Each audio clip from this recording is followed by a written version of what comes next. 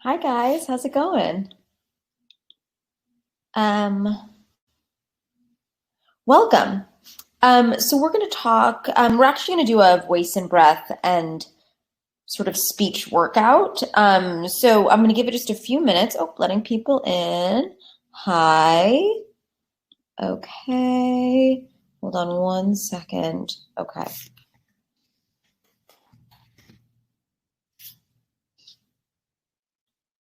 Okay. Hello from San Francisco. Hey, Sarah. Hey, guys. So we're gonna do we're gonna do a workout, or a warm up or whatever. So get to, if everybody can stand, that would be great. If you need to sit, that's also okay. So either way, hold on one sec. Okay. So everybody, let's just go ahead and sort of just have your feet just right underneath you, hip width apart, slight bend in the knee.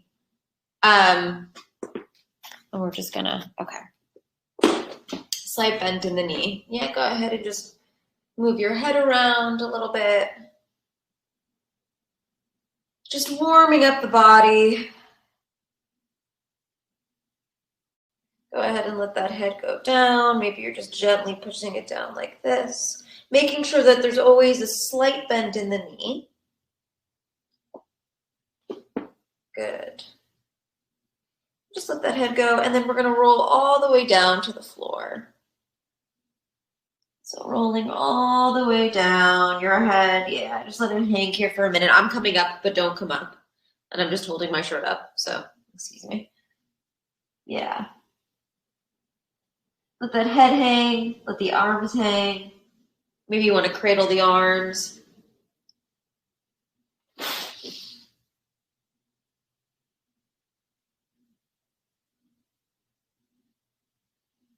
Good, and just hang there, right? So I've come up, don't come up. Just hang there. Really let that head go, really let that neck go.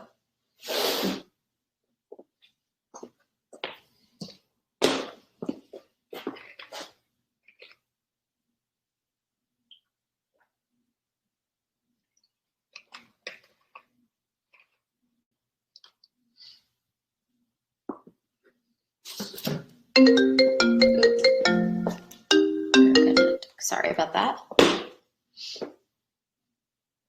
Good. And slowly start to roll up. So slow, slow, slow, let that head roll up.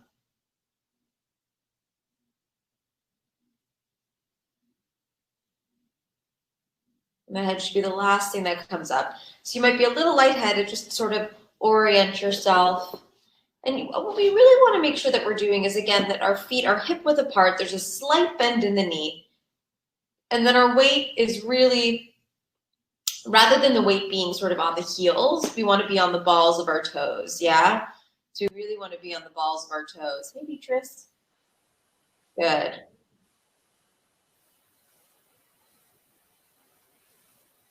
Yeah, so no locked knees, right? That's probably the most important part. And so go ahead. I'm looking at the camera, but don't do that. Just sort of listen to me for a moment. And make sure that get your eye line to a point that's right above the horizon.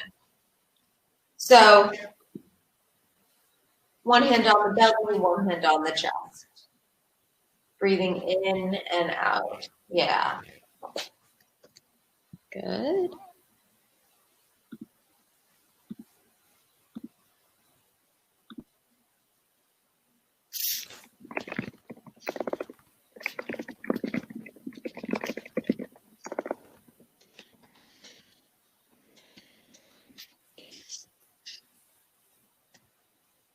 Yeah, make sure that mouth and slightly open, and you're using the nose and the mouth in and out.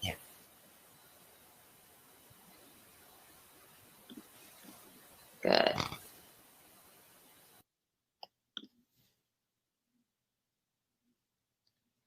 Breathing in and out. Yeah, and Beatrice, I just put your audio on mute just because I'm hearing a lot of feedback as I'm talking. So just as an FYI, I'm not trying to be rude. So go ahead, but let me know if you have questions. Yeah, so Again, breathing in and out to a point that's right above the eye line, right, maybe right at the horizon. We don't want that neck to go back or forward.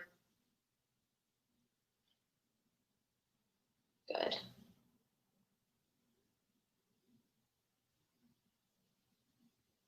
Good. And notice if the mind is starting to sort of come to more grounded place, right? Sort of, and I want you to think instead of, and I've talked about this before, but in terms of posture, right? I don't want those shoulders coming back or forward. I just want them to be really aligned. So even as that's why I sort of had us start with a roll down, because we want to feel like as we're rolling back up that spine is aligning, right? Rather than forcing posture in one way or another. And something that Patsy Rodenberg always talks about, and those of you who aren't familiar, I highly recommend looking her up because she's amazing.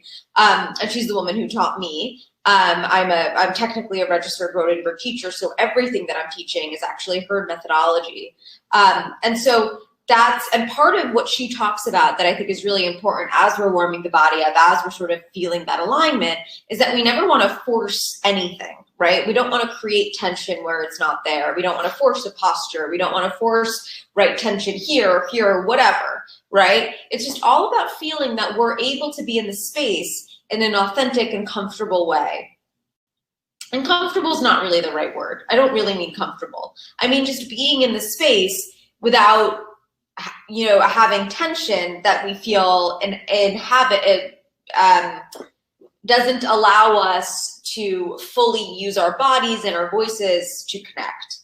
Let me know if that makes sense or if that doesn't sort of make sense. But I talk about that pretty regularly. But this is how we sort of feel it in our bodies. Alexander Technique talks about this too, and I think it's really good. There's a woman named Kelly McAvenue who Patsy works with quite regularly. And Kelly, who's out in Toronto, she talks about that alignment of the body. And I think she's really one of the best Alexander teachers there are. So I'm just going to write their names down so you guys can, I'm sure I've talked about Patsy before. And then Kelly. Yeah. So those are the two people that when you're looking for breath work or body work or voice work, Kelly for Alexander. So Kelly, Alexander, Patsy, breath, body, and voice. And she's got a ton of books out there. Second Circle is my favorite.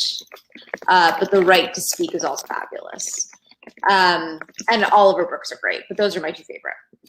Okay, so let's get back to this. So as we come back to sort of standing, and again, we're going to center ourselves, get that breath grounded. Let's put the left foot in front of the right foot, and we're just going to if you're able to do this, if not, just sort of get that shoulder moving, right? If you're able to do this, we're going to really get that arm going. So we want to feel that this arm is just, right? We're feeling that we're letting go of the tension in the shoulder. And all of us who are sitting there at Zoom meetings, we're doing that all the time. Yeah? So keep doing that. Backwards and forwards for a few more moments. And then when you're ready, we're going to go to the other side. Yeah? We're going to go to the other side. Yeah, we're feeling that. Good. And then maybe the other side. Whew, yeah. Just getting it going. We're feeling that, right? Good. And now maybe we want to just move backwards, forwards. We're feeling those shoulders. Yeah. Good. Yeah, just really releasing. And now let's just go ahead and sort of release the back a little bit. So we're going to go ahead and hug these shoulders. Hug these shoulders. And then we come down. Yeah, in between the legs.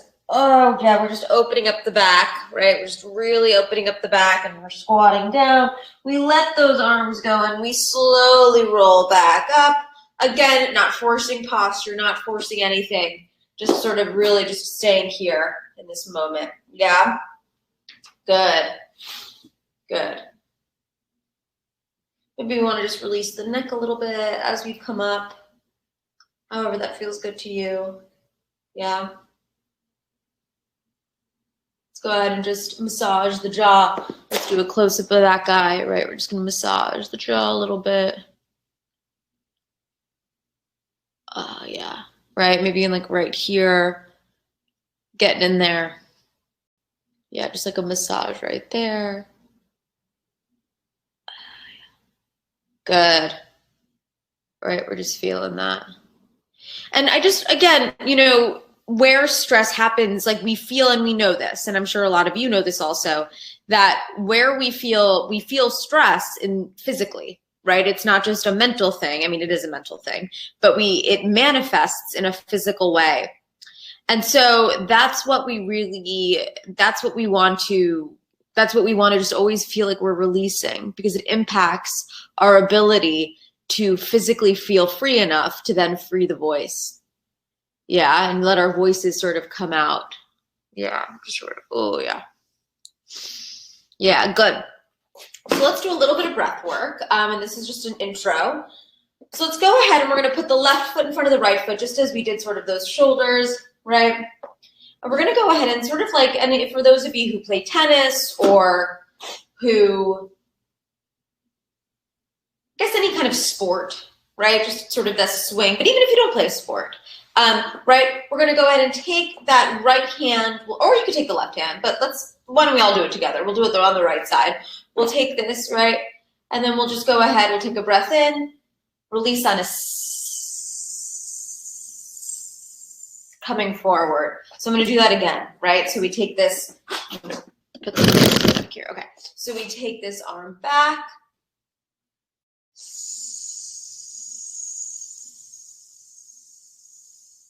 releasing on an S sound, and try not to go past your breath capacity, right? Just let that S sound flow, right? And then when you're done with that, we just go right back into it again, and we do that a few times. And let me know if you have questions, okay? And I'll just do it with you. So we take that arm back and forward. Sorry, that wasn't right. I'm going to do it right now.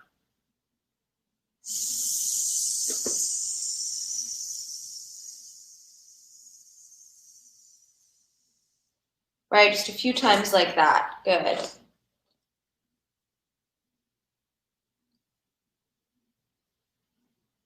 And then when you're done with that, let's go to a Z sound. So we'll release on a Z, and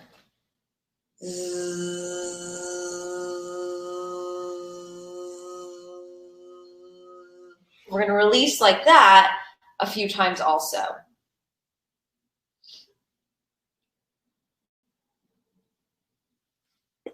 And again, just getting that, we've done similar things before in previous weeks, but just getting that stuff going. Yeah?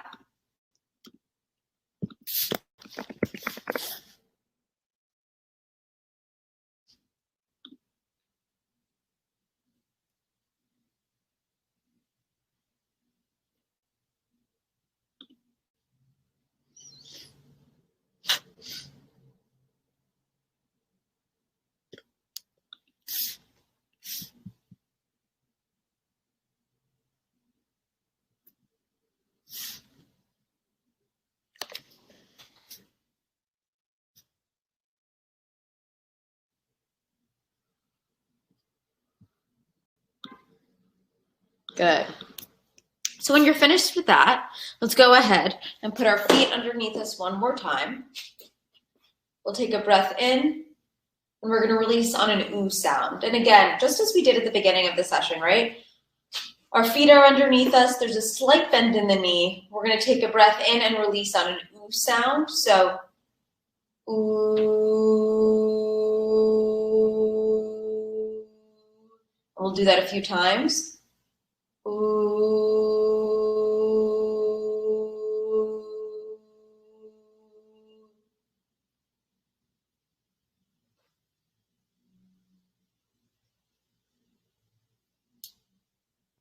Yeah, notice how that feels as we're releasing out there, right? Maybe one more time, just like that. And ooh.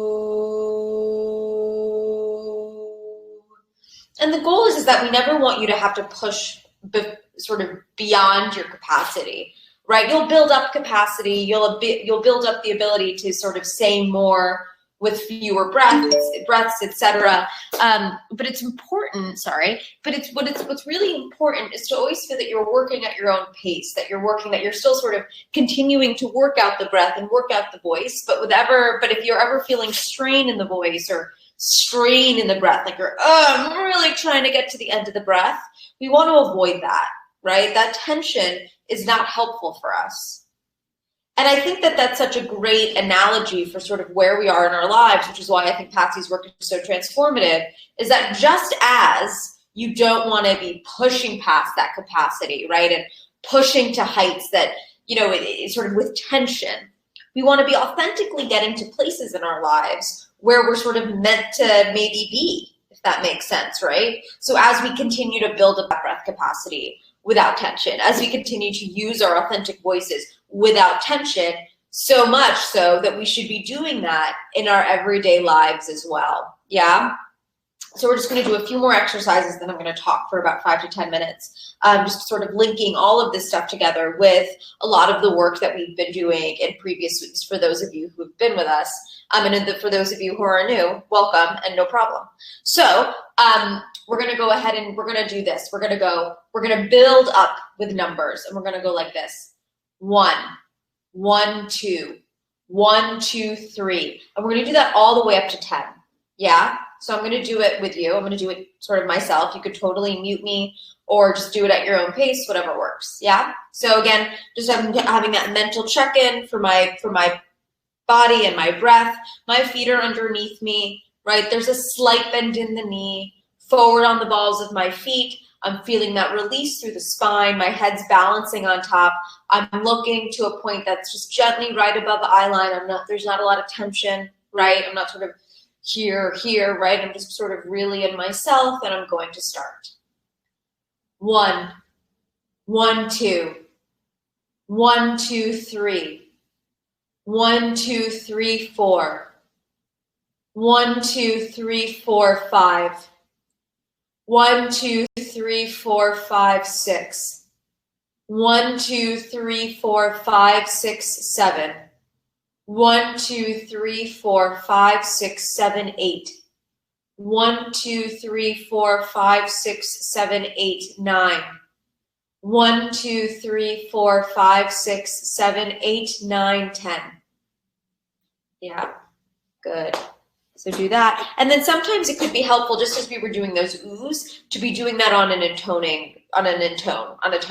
So I'll show it to you also. So it's 1, 1, 2, 1, 2, 3, 1, 2, 3, 4, etc. Yeah, so both of those are really good exercises to do to just sort of get the breath flowing and the voice out, etc. And tell me how that sort of feels for all of you. Give me some feedback if you're able to in the chat. Sort of how that's going. I know this is the first time that we've really done a full out sort of warm up like that. So definitely give me some feedback. How does it feel? I think the most important part of this warm up, and sort of what I'm going to talk about for the next 5 to 10-ish minutes, unless there are any questions, is how does this relate to finding your authentic voice? Why does that stuff work? And maybe you even felt it as you were doing some of those exercises, which we'll now try to do every week, is, well, why does that work, right? Why does grounding the breath work in terms of finding our voices? Why does releasing the body work, right? And all of that stuff that we're doing is encouraging us to not use tension or habits in our body that don't serve us. And we can all, and I think what's so genius about Patsy is that she links that to our lives, right? There are no accidents. So when our body is feeling tension, when our voices are feeling tension, we're feeling tension in our lives, right? Those things are not mutually exclusive. They're actually very inclusive with each other. They're very linked. And so as we free the voice, as we ground the breath, as we free the body, suddenly we're able to sort of see in front of us more clearly. And we're able to use our voices in more clear and authentic ways, in ways that serve us and in ways that serve others, right? But the most important, and I think the where it starts, is within ourselves. that finding that within ourselves, finding that breath and body and voice within ourselves, then encourages others to be able to do the same. And then we're all sort of speaking in an authentic way. I think it's important to, we're coming up, for those of you who are living in the US and those of you who are not living in the US, I'm sure the whole world knows that the US is coming into a very interesting couple of weeks with the election coming up. And I think, regardless of where you are on the political spectrum, I think we can all probably guess where I am, but it doesn't matter to me where you are. What matters to me is that we understand moving forward how the political climate is actually impacting us individually, whether or not you've been impacted. A lot of people haven't been personally impacted by Trump's regulation or by like new it's not, I'm a white woman living currently in the Hamptons. It's not as if I'm sort of the target, right? A target in a big way, though I am Jewish. So, it's a minority in some way, but I'm not necessarily the target. And so a lot of people, it's something, a thing that we talk about pretty regularly is, well, okay, so I'm not the target, but the political climate is still impacting me, and it's still impacting everybody. It's still impacting us in a collective way. And the reason it is because when one person, when one group, when one citizen is unfairly treated, we all feel the ripples of that effect.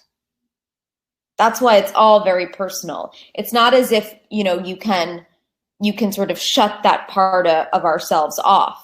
But if we're not directly impacted, we sublimate. We sublimate those feelings. We sublimate sort of the general climate of what's going on. And I think that something that I sort of want to bring up now that I think is important is that there was this fabulous article, and I'm sure I've talked about it before because it's my favorite article. It was in the Harvard Business Review, and it was talking about how this idea of free choice this was probably a couple of years ago now, that we don't actually operate from free choice. We operate from a place of groupthink. We think we have free choice, but we're actually totally reacting to the people and the climate that's around us. So this idea that we could just make an individual decision isn't really true. And so I think that's really important to bring in now, because we actually have to make the choice to live more authentically, to live in a way where we authentically care about each other, where we know that when something happens that's bad to one person, it actually does impact all of us, because we're all part of that because we're all part of groupthink in the world and in the country, right? We kind of are. We're all sort of in it. And the damage, and I'm just going to talk about the political climate. I won't talk about actual politicians, though, again, you probably know where I stand. The issue with the political climate that we have now is that the idea of how we use words, we're using words in a way to kill each other rather than in a way to understand difference and to find commonality and to find community. And again, that's something that we all feel. When one group of people doesn't feel that they have a community, when one person doesn't feel like they have a community, when we see that in the media, when we experience it, we're all experiencing that. And so finding our breath, finding our voice, finding a way to authentically connect with each other is actually the only way that we can find community. I was having this conversation the other day with a woman who came in, who's very active in the church in Manhattan, where I used to live, and I'm now living out in the Hamptons. And we were talking about it, and she was like, it's so interesting because in the US, Christianity gets this terrible name, right? It's this terrible name. And she's like, but I've actually, for her, finding worship has been just the biggest sense of community. And I said, oh, right, that's what religion is supposed to be. That actually religion is supposed to, again, to join each other, to find that community, to find that group that we can rely on. And I say that only because for her, it was such a game changer. And I know for a lot of people, finding religion can be that game changer because of community. That we have to be, again, looking for authentic ways to find each other. And oftentimes we're on such a hunt for authenticity. We're on such a hunt, or feeling like we're authentic, or we're on such a hunt for community, that we get confused as to what community really is and what it's supposed to do to serve us, because we're not using our authentic voices. We're not using our voices to join each other together. We're maybe using our voices to manipulate somebody else, or to judge somebody else, or to, we'll keep it there, to judge or maybe manipulate, right? We're not using our authenticity in a way to free the voice and get and find relationships and community, etc. Right? I mean, I often think about that. And that's, again, with those exercises that we did at the beginning of this session, that's what those exercises are meant to do. They're meant to free the voice, free the body, get the voice out so that we can hear it, so that we can find and feel its honesty, because that's what the voice is supposed to do. I don't know if any of you have watched that documentary. I think it just came out on Stars, the NXIVM cult documentary. It was really impactful for me. I haven't watched the whole thing, but I know the story pretty well. And, you know, I think what's hard is that so many of those women were looking for community. And that's what they talk about, is that they were so looking to feel authentic and real and part of a cause bigger than themselves, right? That's sort of all what we're looking for. We're all looking for that next thing, that next step, that they weren't able to see how damaging it was, right? And that's the idea also that this Harvard Business Review article was talking about, is that, you know, that group think is so powerful.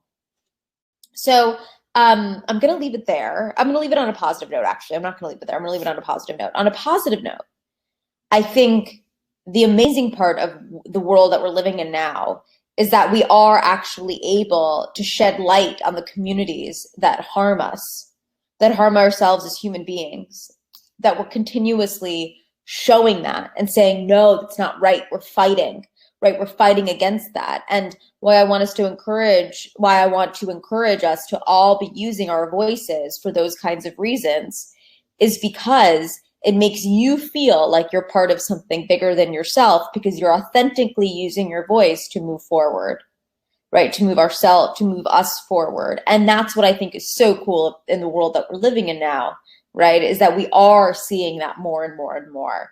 So I did want to end on a positive note, because I am optimistic, and I know that when we continue to do this kind of work, and when we continue to find community and find relationship and use the voice to connect, right?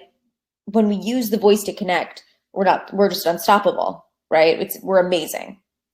So if you have any questions, let me know. If you want me to sort of do those exercises again, I think this video was recorded, but you let me know. And thank you so much for coming, and I will see you guys next week.